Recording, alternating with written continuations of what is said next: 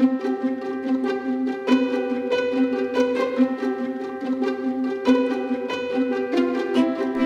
my name is Dan and I love animating infographics and bringing potentially boring data to life using After Effects.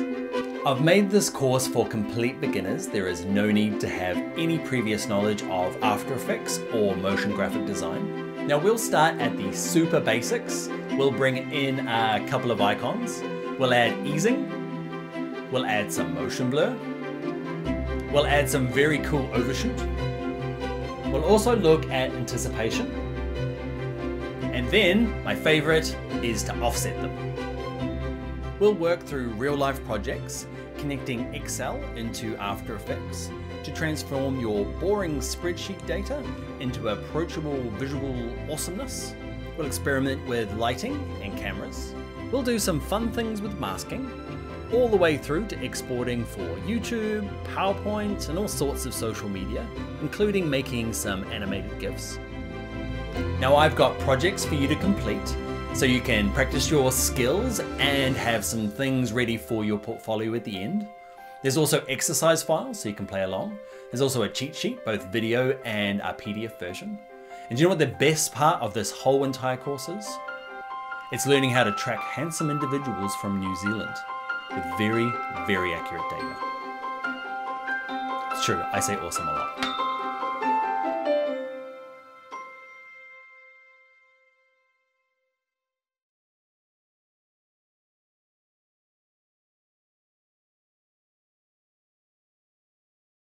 All right, first things first is to download the exercise files. There'll be a link just here. Go and download those.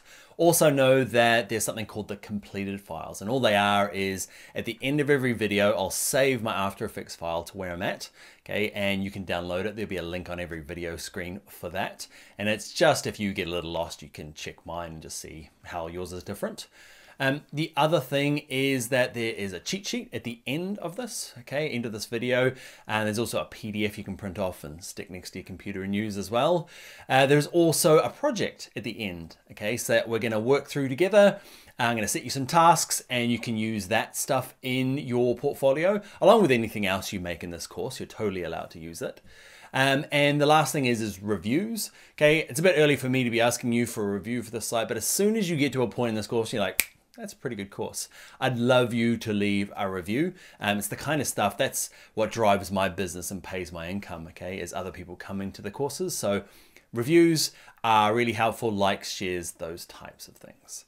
All right, let's get into building our motion graphics and visualize data.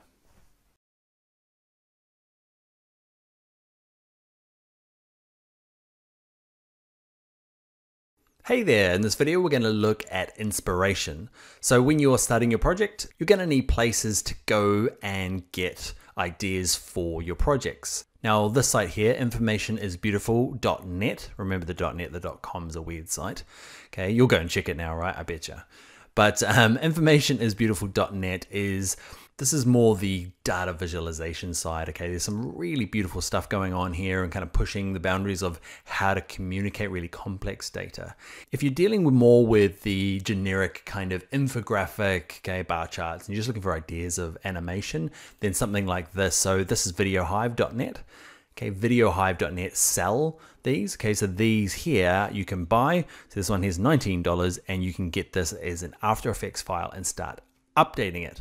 The only trouble with some of these templates is that they're pretty complex. If you're brand new, these are not useful at all because you're going to get a file that's going to be too hard to work with. Once you get into the kind of intermediate level stage, these become really useful because you can open them up, make the changes necessary, and yeah, save yourself a lot of time. Okay, so you hover above them. Some of them are pretty cheese, but some of them are pretty cool as well. Okay, so you can just work your way through them and just kind of get an idea of like how you might do it. Anyway, okay, so kind of one of the competitors for VideoHive is Pond 5. Okay, same sort of thing. Hover above them, you'll see infographics, interesting kind of text treatments. Okay, lots in here just to get your kind of ideas flowing. One of the last places I'll show you is art of the title. While not infographics, it's really cool for just beautiful uses of mainly type, okay, and live action footage, but I get great ideas from here, okay, for even just simple motion graphics, just the way type is being treated and animated. So I like to go to, this is the home page. If you go down to like all features, and then you end up looking at these, and this is the top 10 from 2016, and you just go through. I've got a couple of them primed and ready to go in here somewhere, like this one here. Just interesting, you know, how you're going to deal with the type. There's a kind of a big thing moving in the background, kind of flickery, all stuff that can be done in After Effects. I'm not saying they're exactly right, but was there any other ones that I liked? I'm not sure I'm stopping here. This is quite cool, just real big slabby use of color and type. Anyway, I'm rambling. So those are some good places to go and get some ideas before you get started on your next project. All right, let's get into the videos.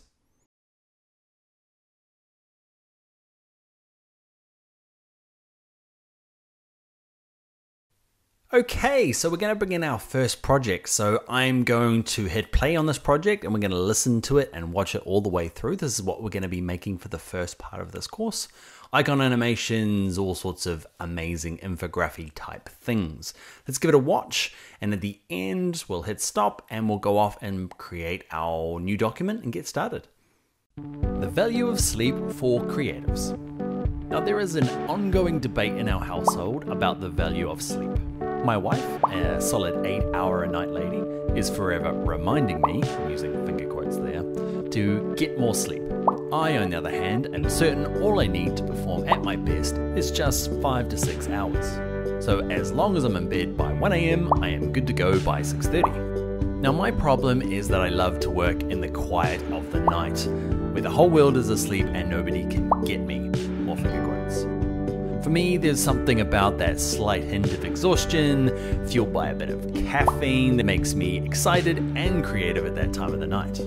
So what is it about sleep deprivation or insomnia that appears to aid my creativity? Okay, simple enough, but some cool techniques we're going to learn in here. So let's now jump in and make our first document. Okay, so we've opened up After Effects. Now it's time to create our first file. They call them projects, okay? And inside of these projects, we have something called a composition, or referred to as comps. So the project doesn't really do anything. Click new project and you just get this kind of like blank window. So think of projects as just like an empty placeholder. The comps that you put inside of it are, think of them as like pages in a document, okay? You can have a document without any pages, it's not very helpful. So a project is not very much without any comps. So we're gonna create our first comp. You'd think you'd go to File, New, nope. Under Composition, New Composition. Okay, so there's two ways of creating a comp. You go Composition, New Composition, like we are here. You give your comp a name. So this is gonna be my first comp. Okay, and in here, there's a lot of settings, but pretty much all you need to do is go down to this presets and pick HDTV 1080 25. That's going to be HD resolution at 25 frames per second. That does most of the world, most of the time. Occasionally, if you need to go to TV and you're in the US, okay, you got to use 29.97. It doesn't really matter, especially if you're going out to, say, social media, YouTube, Vimeo, your website. It doesn't matter. Are these two here? They're negligible differences. You could also pick 24, but nobody picks that, so just pick this one here. Okay, HDTV 1080. 1080 is the pixel height of your video, okay? And the width is, you can see here, 920. But when somebody says 1080p, they mean the height of the video. 720p is standard definition, and that is the pixel height of the video we're making. 4K. Okay, down here, you could be working in 4K if you've got the footage for it.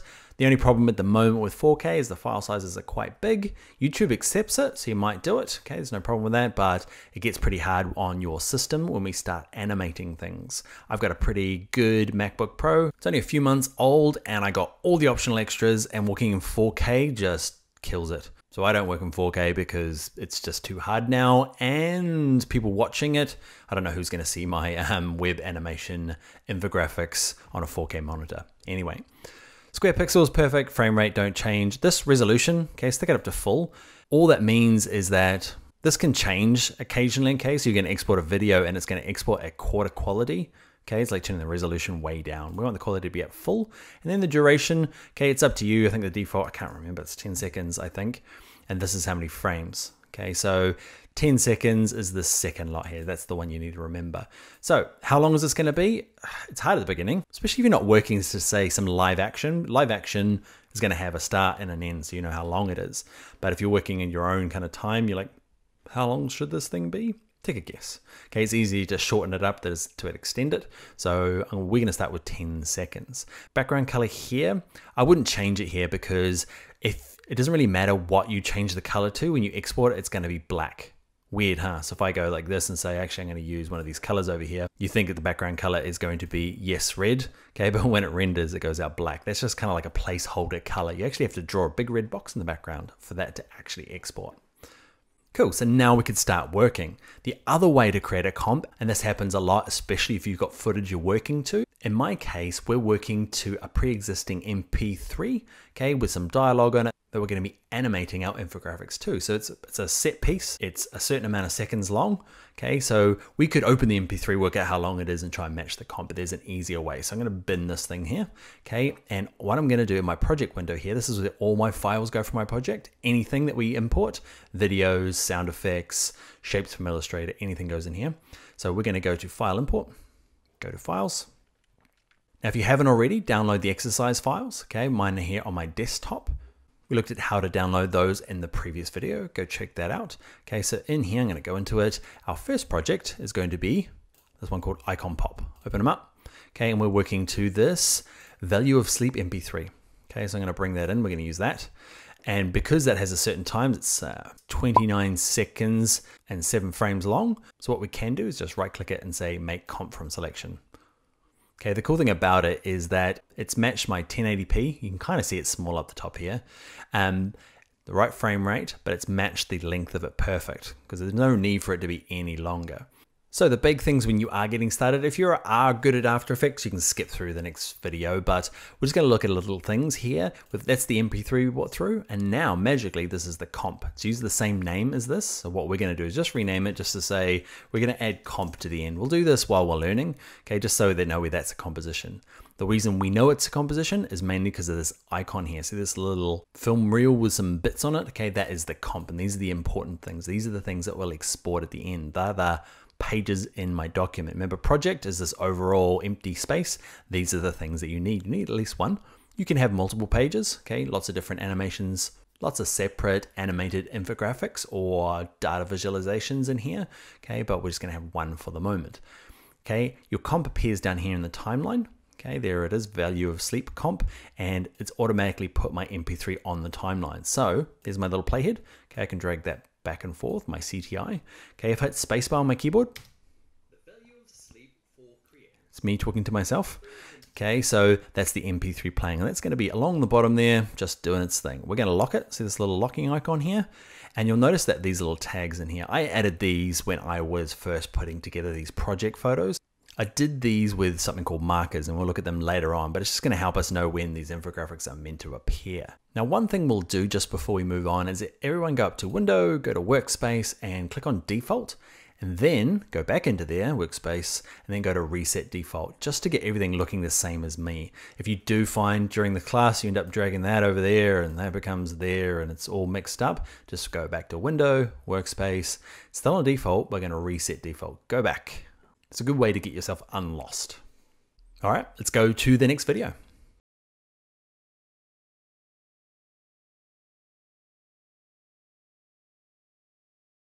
Hey there, in this video we're going to bring in some audio, we're going to put it into some folders, we're going to bring in some music and look at where to get some of that for free. And then we're going to balance it so that my voice isn't so low and the music is down a bit so you can hear it underneath me. Let's hit it. The value of sleep for creatives.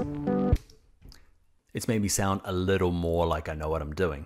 Anyway, let's get on with the course, which I do know what I'm doing with most of the time. Okay, let's deal with audio properly in this video. So we're dealing with a voiceover. It's me. Okay, if you're doing your own voiceover, it makes it easy. If you've got a half decent mic, it's pretty easy to do. But probably you're going to be like most people and hate the sound of your own voice, me included, okay? But it was cheaper to do my own voiceover than paying somebody else for this exercise, so you got stuck with me. If you do want to hire talent, okay, what I do is I go out to a site like Fiverr. So Fiverr is a site you're meant to pay $5 or euros where I am.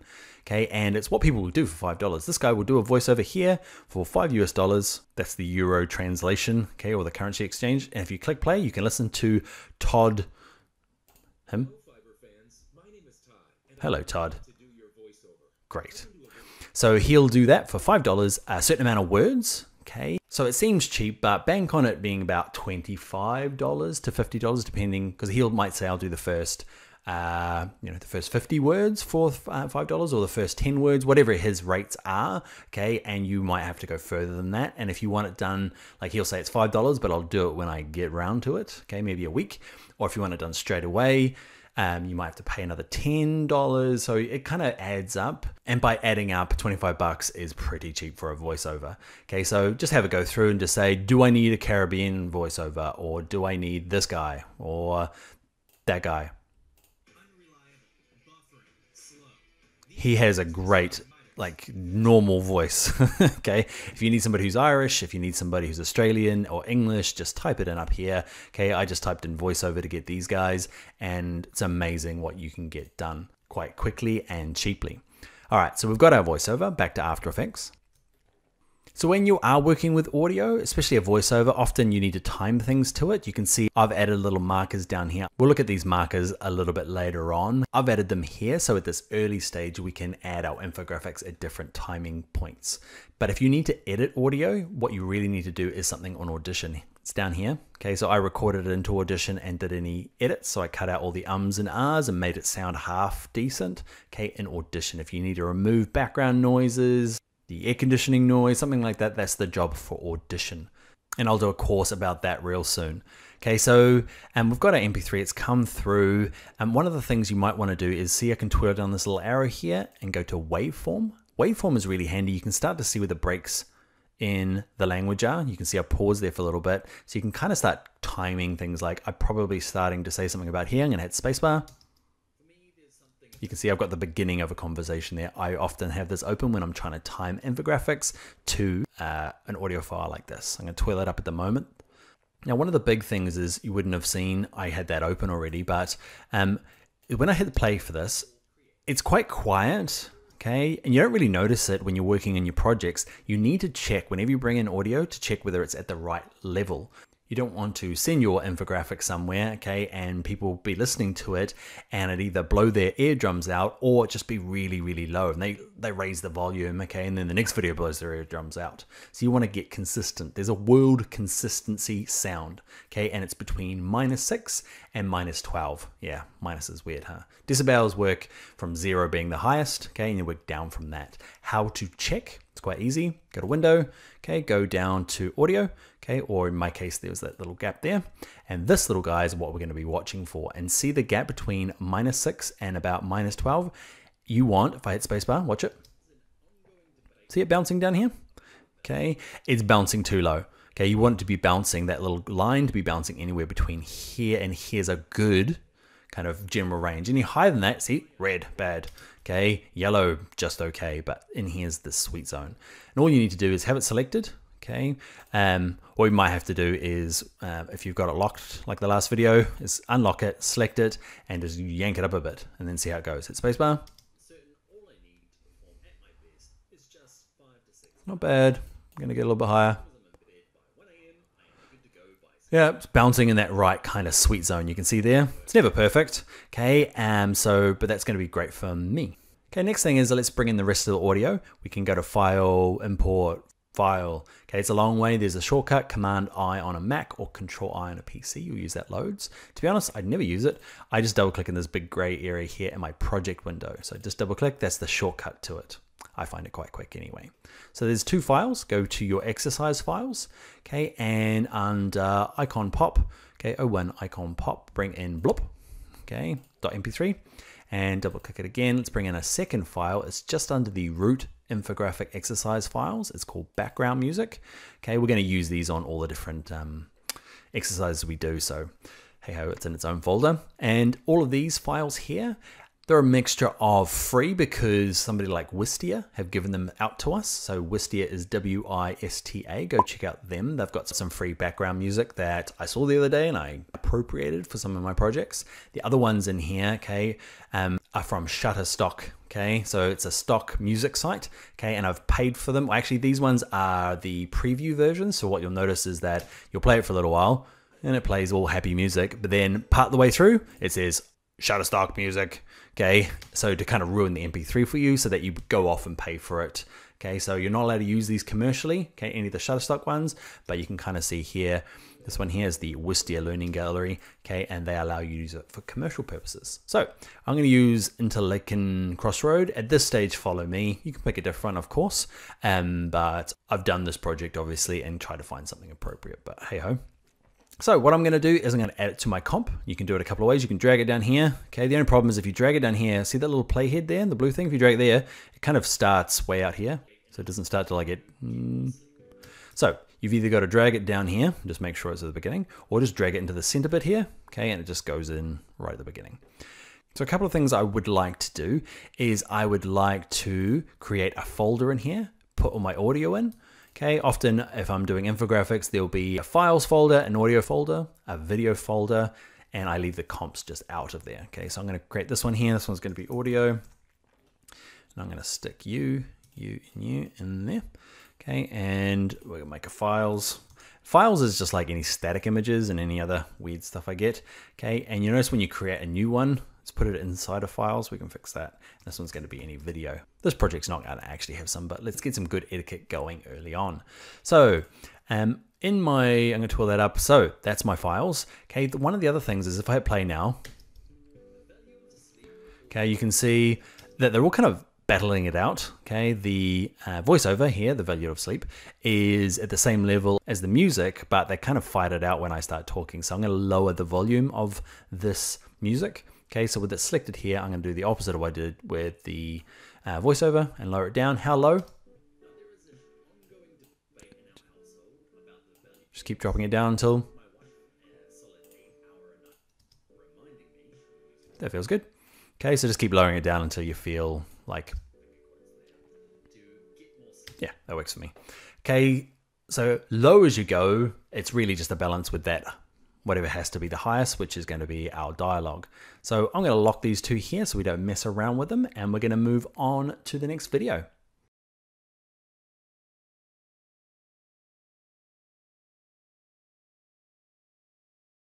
Okay, in this video, we're going to bring in a background image and lock it. It's going to be easy. Let's go do it. Okay, so weird feature of After Effects. We talked about it before. If I make a new comp and I pick a color, okay, it doesn't really matter. When I export it, it goes black. It's just there as a backing color. Okay, so we're going to turn ours back to black. I can click on it, go back to black. Okay, because that's most comps start life like. And if I want to put in a colored background, okay, we put in just a big rectangle. Now we could draw it, okay, but it's easier just to go to layer, new, and there's one called solid. Okay, click on solid. I'm going to call this my background color. Okay, and it's going to match the height and width of my video. Great, everything's perfect. Pick a color, okay, any color you like. Click OK. Now when I export it, it's going to be green in the background. What I want to do is not move it around, so I'm going to lock it. Awesome, that's how to put a background color in. So I'm going to bin that color. Sorry. Okay, we just made it, but we're going to bring in an image. So I'm going to double click anywhere in this gray area. Then I'm going to go to Infographic exercise files. I'm going to go to icon pop. It's the first one. There's one thing called background. Okay, we're going to bring it in, put it into my files. There it is, yep. Okay, and then I'm going to drag him onto here. Now he's too big. Okay, so you can, like a lot of programs, you can kind of zoom out. Okay, I'm using the wheel of my mouse, but you can use Command plus and minus if you're on a Mac, or Control plus and minus on a PC. What you'll find though is you can grab the edges and it's fine, but weirdly, that's true of lots of Adobe products, but down here, there's one in here called Transform and Scale. Okay, you can just drag it down. I don't know why, but it is easier, okay, to use these controls down the bottom here, especially when you get multiple layers. Okay, so I'm going to twirl that back up to you. So I'm going to lock that layer, boom, background image. I just dropped the lightness of this in Photoshop. We'll do it later on in After Effects ourselves using one of the effects. Easy, so we've got our background in. Next video, please.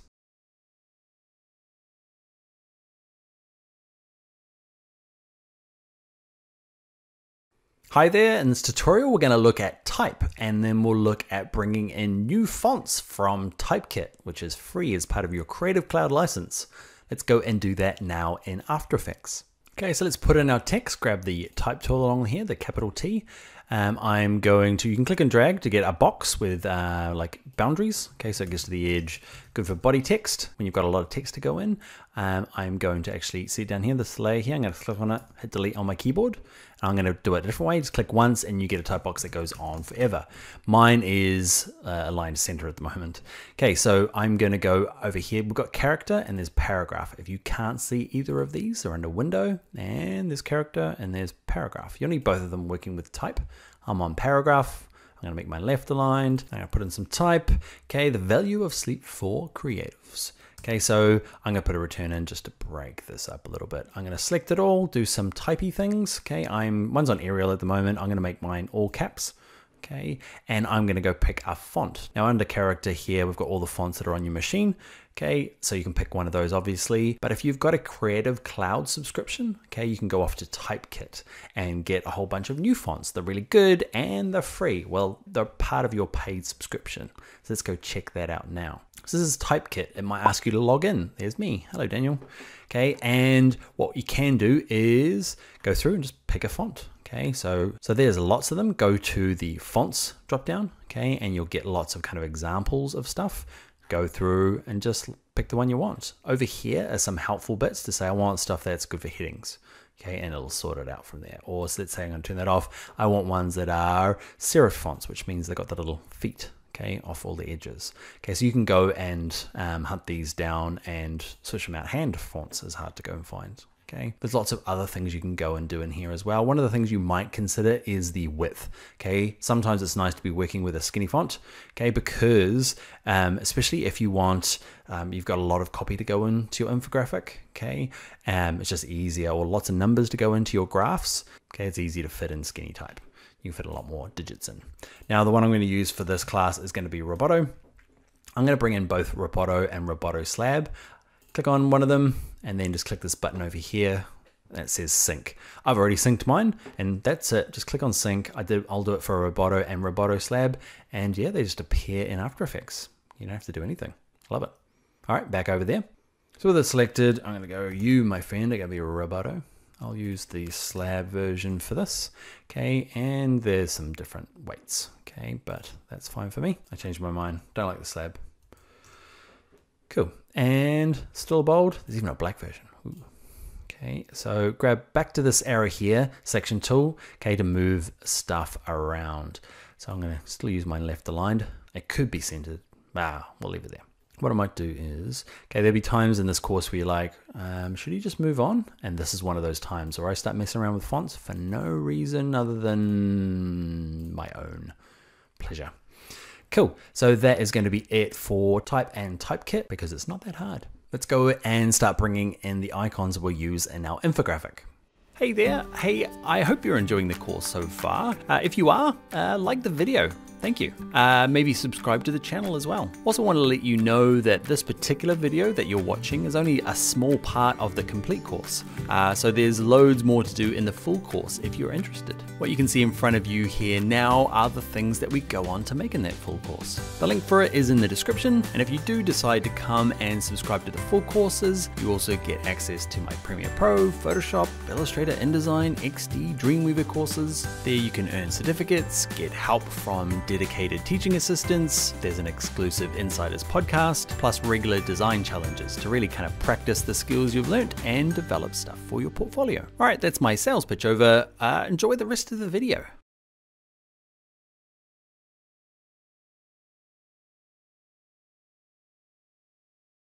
Okay, so you need to find some icons and you don't want to pay for them. Okay, there's a couple of cool sites. Iconfinder.com is a great one. They have a mixture of paid and unpaid. Okay, and so let's say we need a picture of a woman, okay, or an icon of a woman. Now, by default, yours will be set to any, and to no license filtering, okay, and you'll start with these ones here. You can see they're not expensive, okay, so $1 for some of them. And what we want to do is, though, I want vector ones because I want them to be scalable in After Effects. You don't want any, okay, most of them are all vector anyway. Then I want to go for free because I'm cheap, and I want to go down to licensing, and I want the ones that say for commercial use, but I don't have to put a link anywhere. You can go to this one here, commercial use, but you have to add a link somewhere to explain where you got it from. I'm going to go for the full cheap way. Cool. And you can see there's quite a few here I can pick from. So when you are picking some of these, okay, say you decide that this is the one for you, okay, when you are downloading it, download the SVG version. Okay, the PNG is a pixel version, so not vector, and when you scale it up, it won't be great. Okay, it'll pixelate, whereas this one won't. Okay, so download this version. Because it's an SVG, you might have to open it up, depending on the version of SVG, you might have to open up an Illustrator and copy it and do a resave, okay, and save it as an Illustrator file to use it in After Effects. We'll do that in the next video, showing how to make the icons from Illustrator to use in After Effects. We'll do that. So that's Icon Finder. I use this. It's quite a big resource. I love it. The other great place is actually from Adobe itself, and it's their Creative Cloud app. On a Mac, it's up here. It's this Creative Cloud, cloudy looking icon. Okay, and you've got these options along the top. On a PC, I'm pretty sure it's down the bottom right. Okay, you'll find the same icon. And you'll be at home, go to Assets, go to Market, and in here, up the top, there's a search icon. Okay, and we're gonna put in woman. The cool thing about this is that all of this is commercial use. You don't have to add links. Just the quality and quantity aren't as much, okay? But this can be super useful and helpful. Like, what's really cool about it is have a look at here first and then jump out to maybe Icon Finder. That's what I do at least. Okay, so say you decide, maybe not that one, but say we decide to use this one. So there's a little button here. Okay, we can bring it into my library. The cool thing about it is that's it. If you jump into After Effects now, you can see it's downloading in the background there into my Infographics animation. And there's that lovely lady ready to go. Now we'll use this a lot during the class, okay? This Assets Market, and it's really good for icons. It doesn't have many images in there, but so it's mainly for icons. All right, let's get on to the next video. All right, one thing before we go actually is say an Icon Finder. The cool thing about here is that often they're part of a bigger group. So you might pick this woman, but you also need a man, okay, or a ninja. Okay, so Icon Finder has some really good groups of things to go. Okay, if you get into the kind of like super icon downloading mode, you can see here there's a per month cost. Okay, you can get download 25 a month, okay, or unlimited for 29. All right, now let's get on to animating them.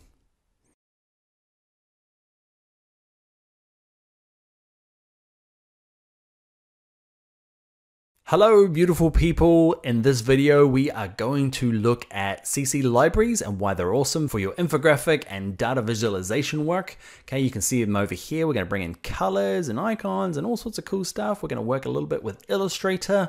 Let's go and check out the awesomeness now in this video.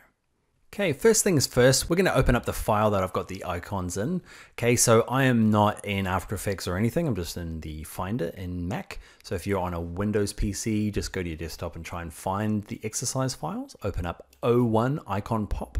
Open up o1icons.ai, an Adobe Illustrator file. Now when it comes to Illustrator and After Effects, they just can't live without each other. Illustrator is designed to make icons and graphics and illustrations, and After Effects can do it kind of badly. Okay, so even though you might not have any Illustrator skills, it's not going to be that hard for what we need to use it for. So these are icons that somebody else has made. Check out one of my Illustrator courses if you want to get into this in more detail. But what we're going to do is we're going to reset our workspace just to make sure it's like yours. So we can get started, reset essentials. Okay, now the first thing we want to do is we're going to look at something called libraries. So you might be using the Adobe Creative Cloud now, but ignoring these libraries. They keep popping up and you're like, go away. This is the video that's going to convince you that they are super awesome and you should start using them, especially with After Effects. So first thing we're going to do is you probably got a My Library, and like me, it's probably filled with junk or empty if you're not using it. Okay, so we're going to go down to, see it says My Library. If you can't see libraries, go to Window. There he is there, Libraries. And click My Library and go down, Create New Library. Okay, and this one here is going to be Infographic Animation Course BYOL. Okay, and what I'll do is I'll add a link to the screen right here. okay, this link, that link there, okay, that will link you to this library. Click on the link, it'll take you through, you'll have to sign in with your Adobe password, and magically you'll have this exact same one that we're creating here. If you don't want to do that, don't worry, you don't have to. We'll create our own as you go along. So we've created our new library. It says drag and drop assets, easy. So what we're going to do is say you, so I've selected it all, grab my black arrow, selected a box around it all, grab them all, just dump it in there. I'm going to double click the word artwork 1, and this is going to be icon 1 house. Okay, I never name them. I just leave them whatever they come through as, but we're going to be super official here. I want you to do what I say, but not as I do type thing.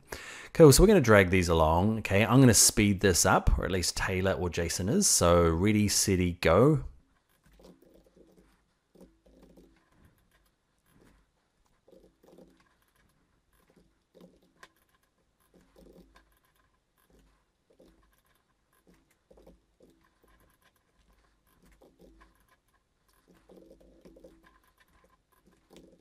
Phew, that's the reason I don't rename them. It takes forever.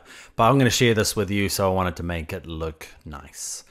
Cool, so why is it so good? You're like, awesome, you've chucked them into that box there. What's really cool is if we jump to After Effects now, hold on.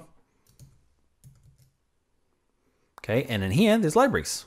Okay, and the cool thing about libraries is in here, there's my infographic one that I've made. Hey, and there's all my icons. I can start dragging them out. Okay, and you still might not be super impressed. What you can do though is you can right click it and say I want to edit it. Opens that up back in Illustrator. It's not the same thing, okay, it's like a copy of that original one, but I can go into here and I can say actually this thing here, if you know Illustrator, you can start editing things. I'm not sure what I'm doing. Okay, I'm wrecking it. But if I hit save, it updates there, and look over here, I've updated there and wrecked it. Okay, so I'm going to go back into here. I'm going to undo all that wrecking, hit save again, close it down. And notice that it's here, it's fine. Okay, so it's connected between all these products. So it's great for things like logos for your business. Okay, I've got ones in here for lots of different projects and companies because it saves me having to go off and try and find them on my hard drive. Now, what I'm gonna do for this course to make life a little easier with libraries is that they're kind of tied in with all these panels that I use quite a bit. Now, what I've got actually is another screen. It's just over here. You can't see it, okay, but there's a big screen next to this screen, and I often will put these panels over there. And what you can do is, let's say the library, grab the word library, click, hold and drag it, okay, and you can go away and drag it over to this panel here. You can't see it here, but that's where I stick it, okay, but what I'm going to do so you can keep seeing what I'm doing is I'm dragging it. You can see all these weird things. It means that it's going to go above, below, next to it. I want it next to it, this bit here, okay, so I'm going to have these guys so I can get to my character panel paragraphs, and over here under my libraries, okay, it's a bit small, come here, drag it out. There we go there, so I can see stuff. And I want to make it just a little bit wider. Cool. So CC libraries are awesome for some, like that's pretty cool. The other nice thing is that Premiere, the exact same library pairs, Photoshop. So you're kind of connecting them all together. It doesn't have to be icons. You can drag stuff in from Photoshop. You can drag videos into here. You can drag any sort of thing. And by any sort of thing, let's go check out what else we can drag. Let's jump back into Illustrator. So here in Illustrator, I'm going to grab my white arrow. Okay, and I'm going to click on this kind of circle around the outside. You can see that's the fill color. I would like that to be part of this library. And you can do it by clicking this plus button down the bottom. And you can, by default, it's probably got all of these selected. It'll bring in the graphic, which is my icon, the fill and stroke color. I don't need the stroke color because it's white, and I don't need the graphic because I've already got it. I'm going to click add. There's just the color swatch. It's the perfect swatch to match that. If you've got your brand colors for your company, okay, you can go and do that. So I'm going to go through and add all of these colors. Okay, these are the colors I'm going to use for my project. We're not going to now, but you can add things like paragraph styles and bunches of text and character styles. All sorts of awesome things end up in libraries. One more thing before we go is that if you are using libraries and you're at a company and you're like, oh, this would be awesome. Imagine if I could share it with someone. Okay, up under libraries here, there's little swipey lines here, the hamburger menu, click on that and go to collaborate.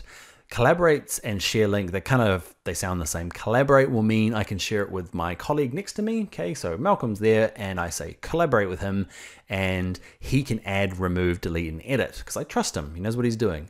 Okay, I wouldn't though. Malcolm is an amazing developer, but not with my library. But anyway, let's say I just need to share it because I'm like, Malcolm's going to ruin this. I need to just share a link. Okay, and that means he can get it, he can see it, but he can't mess with it. Okay, so it's up to you how you want to do it. That link that I had earlier in this, okay, is the one I went share link. Okay, and I went and turned it on to be public. You can click on that and work through it. It's not hard to do. Okay. All right, so now back over to After Effects. Now, why did we come back over here? I'm not sure. Okay, we're done for this video. Let's move on to the next one.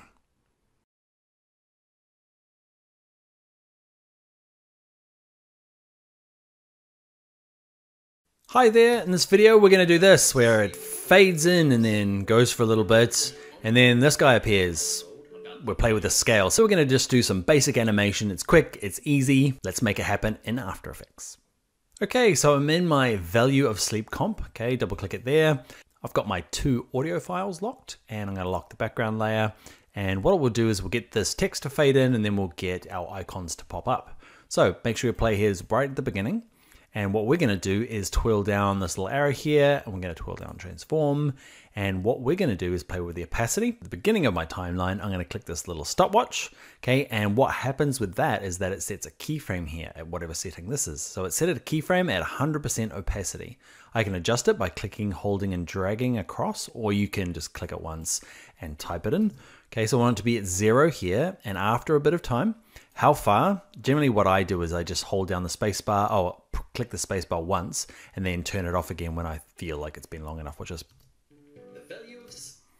that feels long enough. Okay, so it's been about 1 second.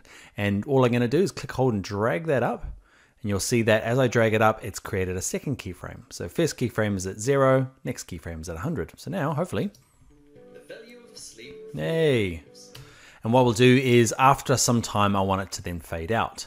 Now, one of the problems that happens with everybody that's new in my classes is that they'll now go and turn this down to 0, okay, to fade out, but they don't add any pause, because what happens now, watch this, is it goes up and then just instantly starts coming back down again. Think of it as a ramp, okay? It starts at 0, gets to 100%, and then starts coming down straight away. What I'd like to do is have a bit of a flat area where it stays at 100 for a while before it fades out. So I'm gonna undo to get rid of that keyframe.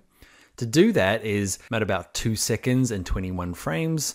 Okay, so what I'm gonna do is, see this little diamond here? Click on him. That forces in a keyframe without you having to adjust this. So it means that that is 100, now that is 100. Now if I move along a little bit further, I'm gonna set it down to 0.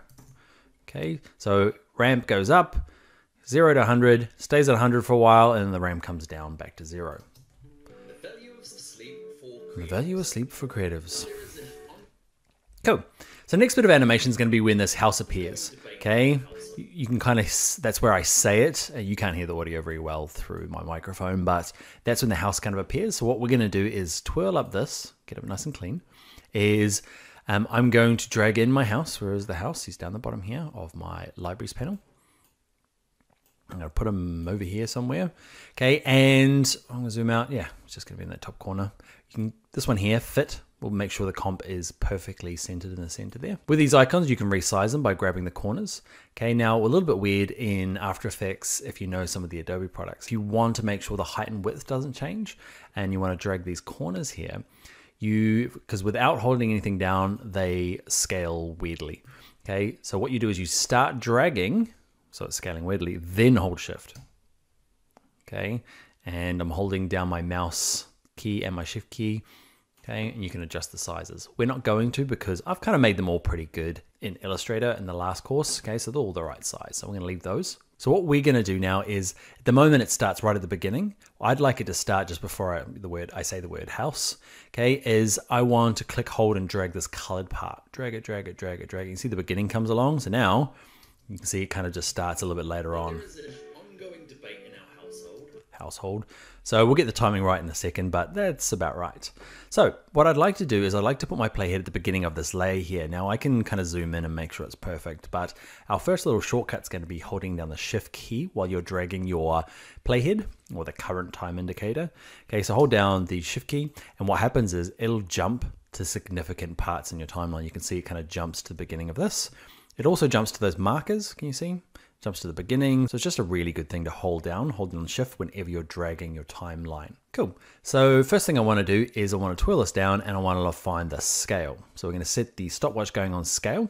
Okay, so we've got a keyframe and the scale's at 100. I'm going to turn it down to 0. Click on, I was going to drag it. too far. I'm going to just type in 0. Okay, and so it's at 0, then a bit further along, okay, I'm going to drag it up to 100. Cool. So now, starts there, and very slowly it appears. Okay, so what I'm going to do is I'm going to zoom in a little bit on my timeline. To zoom in, okay, just type the plus button on your keyboard. Okay, just plus, nothing else. Minus zooms out. Okay, and what I want to do is maybe just bring this in so it's happening a little bit faster. Yeah, it's about right. Okay, we need to play around with easing and a few other things, but it's kind of there. So great, I'm going to twirl this in, okay, so it's all nice and tidy. And now we could start bringing in all the rest of them. You can see the wife, okay, and I'm going to bring in icon of my wife, okay, and I'm going to drag it along and start this a bit further along. So it starts here, holding shift to get it to the front. I'm going to twirl this down, transform, turn scale on, set it to 0, move it along a little bit, and then drag it up to 100. You can drag it past 100, just times it by 100. Okay, so I could keep going through and doing this for all the different icon appearances, but what's going to happen is I'm going to do it for all of these, and then the next thing I want to do is easing, so I'm going to have to go and do that to all of them separately. Then I'm going to have to add some sounds, and I'll have to do it all of them separately. So what you'll tend to do is I'm going to delete the girl, okay, and we're just going to work on the home, get it perfect, get it popping and bouncing, a little starburst, and then we'll duplicate it and just switch out the icon. That's a lot easier than trying to do it repetitively for all the separate icons. So let's work on home, and then later on we'll go and switch them out for all the different icons. All right, let's get on to the next video where we get rid of this kind of like lame PowerPointy zoom in thing. We're going to add a little bit of life to it. And that is called easing.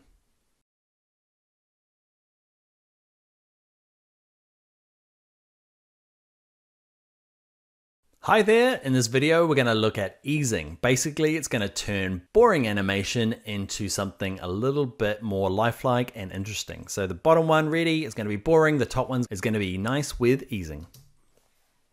Boring, nice, boring, nice. See? Okay, easing just adds a little bit of life to pretty much any animation in After Effects. Let's go and do that now. Okay, so to work on easing we're going to click on our icon one house. Okay, and what we're going to do is twirl this down so we can see the keyframes that we're working on.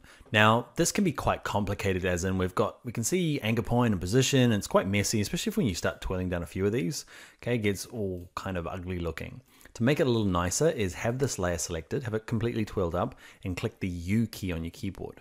All that does is that it brings down only the attributes that have keyframes applied to them. So the stuff you're probably going to work with. So it's hiding anchor point and position. They're still there. You can close it up, open it back up, but just type U.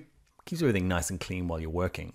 Okay, I'm going to get my player close, hit the plus key to zoom in. Now at the moment, it's doing this kind of like, it's not very nice. I'm going to turn off the sound. Okay, see these here? I turn these off just so that I can't hear the music. The problem is if you export it, okay, it'll have no music and voiceover. So make sure you turn them back on. So, yeah, very PowerPointy, okay, just kind of like appears a bit lame. So what I want to do is apply easing. Now what a lot of people do is they'll select this keyframe and this keyframe. So I'm holding down shift and click both of them. They go blue, right click any one of them. And actually you can click F9 if you're on a PC, and that applies easy ease. If you're like me on a Mac and F9 opens up a bunch of other things like iTunes or something, okay, you can't use that shortcut. But if you right click any of them, go to keyframe assistant and there's easy ease, okay. That there changes them from diamonds to these little hourglasses, and it gives it a little bit of easing. Watch this. It's better. Okay, it's a little hard to see, okay, but it gives it a little bit of resistance at the beginning and the end, and gives it a little bit of light. And that's going to be a huge part of this class. We're going to look at easing plus a bunch of other tricks to give our icons a bit of anthropomorphism. Okay, so what we're going to do is, so easy ease is great. I never use it because I like to crank it up even higher. So to do that, you can manually type it in. So I'm going to right click it and we're going to go to this one. Instead of assistant, go to keyframe velocity. So what easy ease does is it changes it from 0 to 33.3%. Okay, and that's kind of like, gives it a little bit of influence, but I like to crank it right up to 75. 75 on both of these. Okay, both the in and out points works fine. Click OK. So it's kind of like an easy ease, but like extreme version. Now, kick back and watch this. I like it lots more anyway.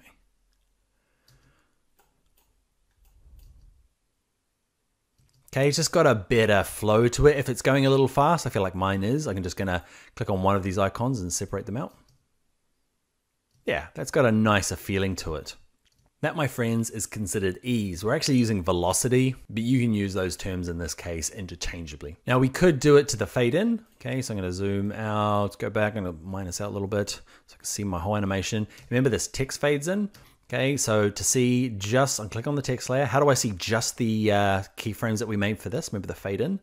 That's right, click U on your keyboard.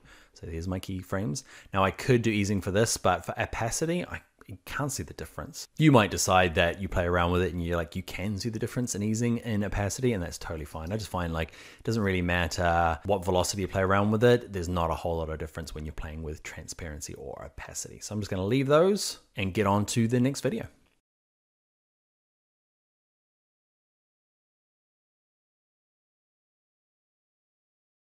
Okay, I'm going to show you this one now because you'll probably, if you haven't got lost already, you're going to get lost at some stage, especially if you're new. And the main culprit is this. So I'm looking at my comp here, value of sleep, and then I click on this and I'm a double clicker, okay? And I double click it by accident and end up in here and you're like, oh man, where is everything gone? Okay, it might be blank. You might have clicked on something else like the background. If I unlock that and double click it, okay, I've gone inside of it and you're like, I'm sure there was some text here. Okay, but it's all gone. All that's happened is you've gone inside the layer. Okay, here's my comp back here with all my lovely stuff on it. Okay, but you can dive inside any of these objects by double clicking on it. Problem is the timeline doesn't change. Okay, so all you need to do is close it down or just jump back to over here. Okay, where it says composition. Nothing's being lost, you're fine, but that'll happen to everybody eventually. All right, next video.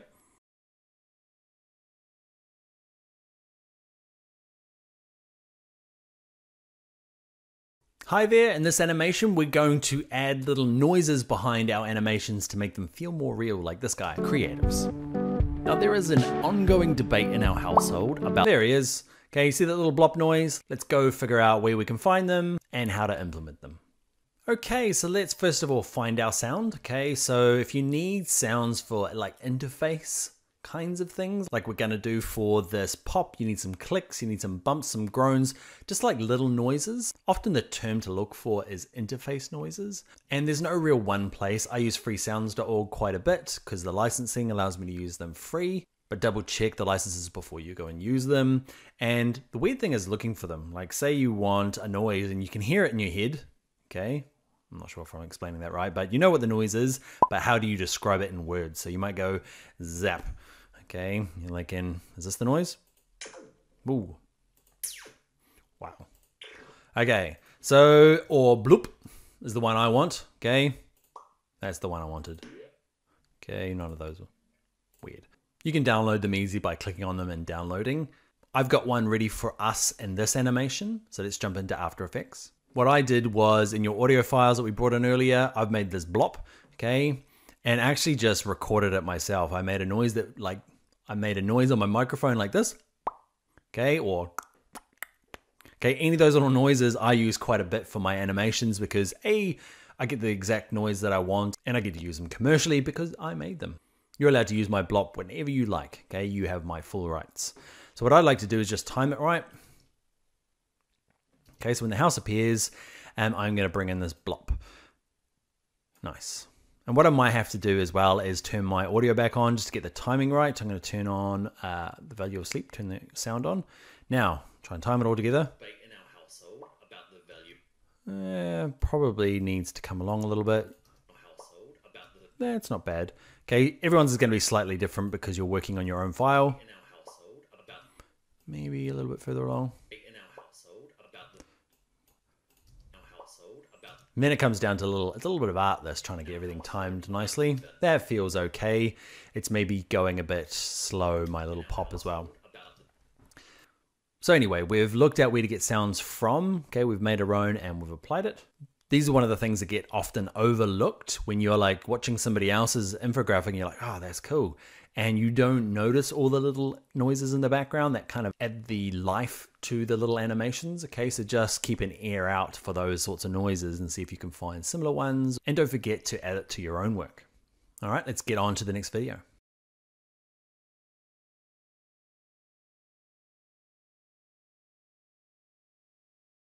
Hello world, in this video we're going to look at doing a little starburst. Watch this icon up here, watch the little starburst.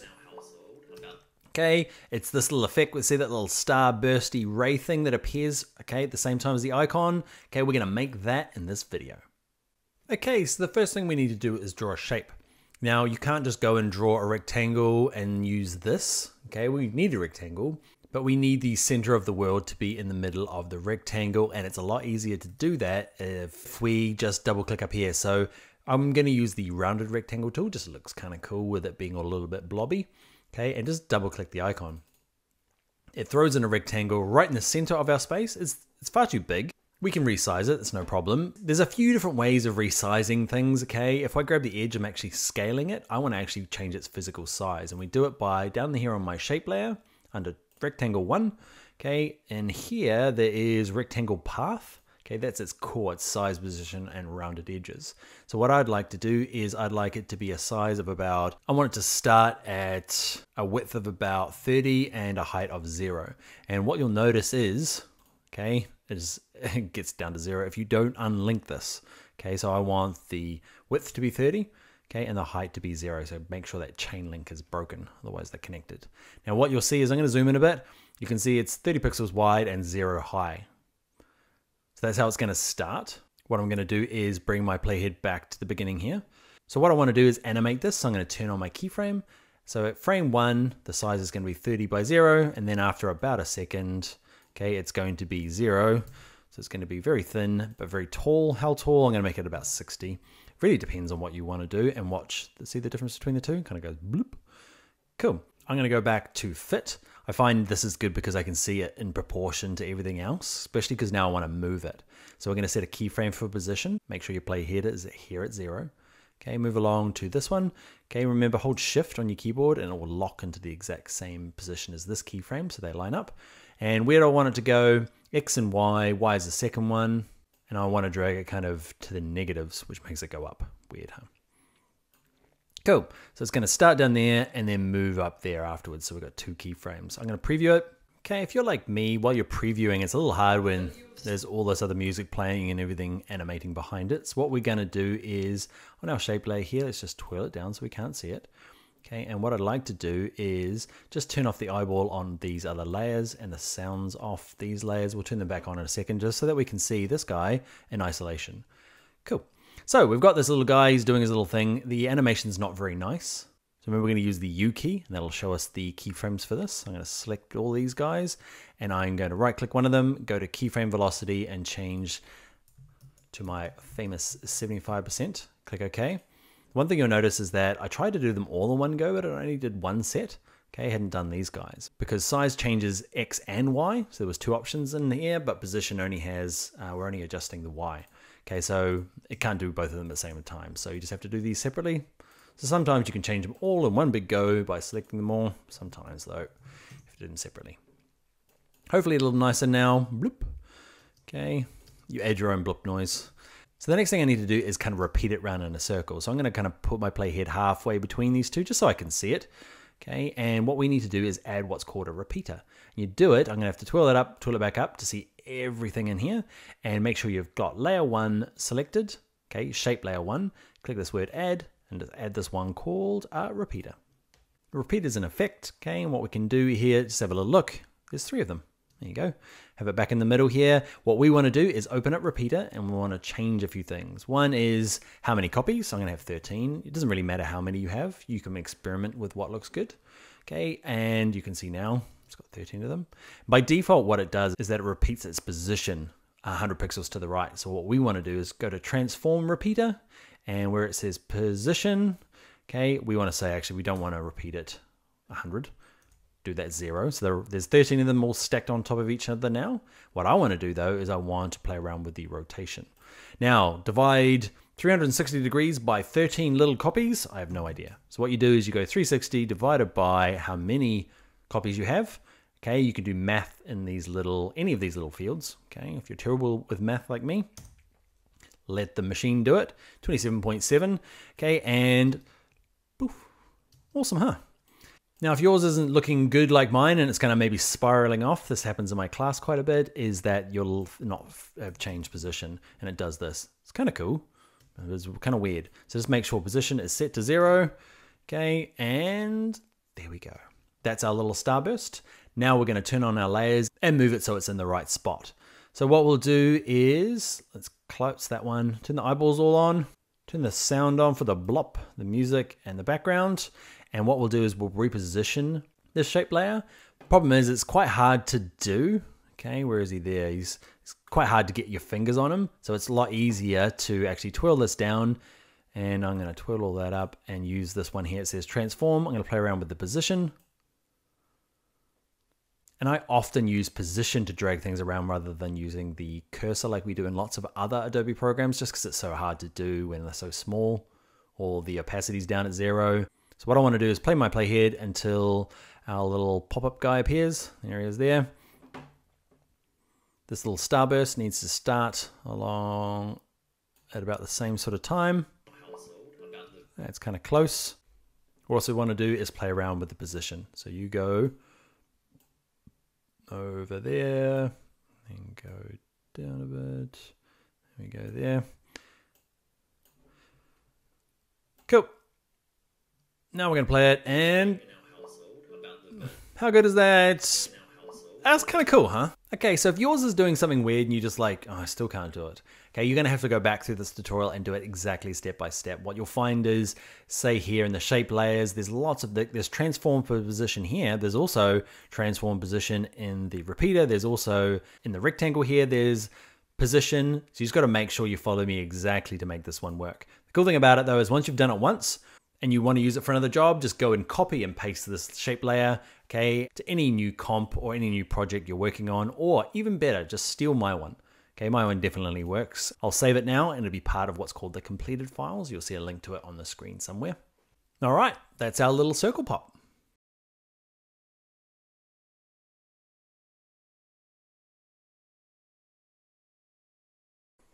Okay, in this video, we're going to look at motion blur. Motion blur makes everything look more awesome when it's moving. Okay, see the top one, motion blur, bottom one, boring, no motion blur. Let's go and learn how to do that in After Effects.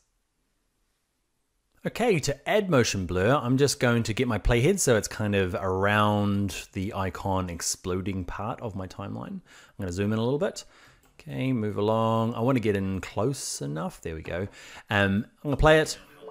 At the moment it's quite vectory. Okay, we want to add some motion blur, and you're going to remember the first part, which is, see this little icon here, this little worm looking thing, that's the motion blur column. Okay, within that column I'm going to turn on this layer here. So we'll work on the house first. What we might do is turn the eyeball off on the circle burst. You'll notice that it's not shape layer 1 anymore. I renamed it circle burst, okay, in between videos just because. Okay, to rename a layer, you right click it and say rename. So icon 1, and what I'm going to do, you turn it on and nothing changes. Okay, what you need to do is turn on the master switch, which is this one. So what you can do is you have the master switch turned on, and then you can decide each layer that you would like have motion blur, which ones you don't. Just remember to turn them both on. And let's have a preview. Okay, and it's, I guess it's a little hard to see, but when I slow it down, going slowly, can you see? It's blurring when it's moving fast, like it would do when you're videoing it with a regular camera. It adds a bit of life to it. So I turn it off, sharp. That, blurry. That's one of the big differences between using something like this to do your animation and Adobe Animate. Adobe Animate doesn't allow you to do blur very well. Okay, this more motion blur is a really nice way to add life to icons. So that's good for that one. Let's turn it off and turn the eyeball on for the starburst, and do the same thing. Turn the blur on, give it a preview, and just give it a look. Just looks good while it's moving fast, being blurry. Okay, so let's turn them both on. Combination, motion blur, awesome. So pretty much anytime I animate anything, I make sure I turn the master switch on and then turn on the specific layers. And that, my friends, is motion blur. The first of our animation tips. Let's go and look at some more. You made it to the end. Well done. This was a super long YouTube video. So if you've made it this far, can't have been that bad. So give it a like. Also subscribe to the channel. I've got lots of other stuff like this. Also, if you thought this was kind of, you know, you got through this and you're like, wish there was more. Don't worry, there is more. Like I mentioned kind of halfway through, this is actually just a snippet of the larger course. So this is about maybe a quarter of it, or about a third of it, maybe a quarter of it. So you can keep going with, with After Effects and more assignments. So if you're interested in that, check out the link in the description to my full course. That same place you'll find not only After Effects courses, but Premiere Pro courses as well that I've got. Photoshop, Illustrator, InDesign, Adobe XD, Dreamweaver, Visual Studio Code, we've got lots there, so go check them out. That same place as well, you can earn certificates for the courses that you do.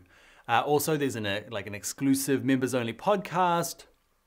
We also do design challenges kind of regularly, where you get to take the skills that you've learned and actually apply them to kind of small projects where they're fun, they're lightweight, but it lets you practice and build stuff for your portfolio. So check those there as well. That is it, I think. Yep, that is it. Well done, getting to the end. High five. I will see you in another video soon. Bye now.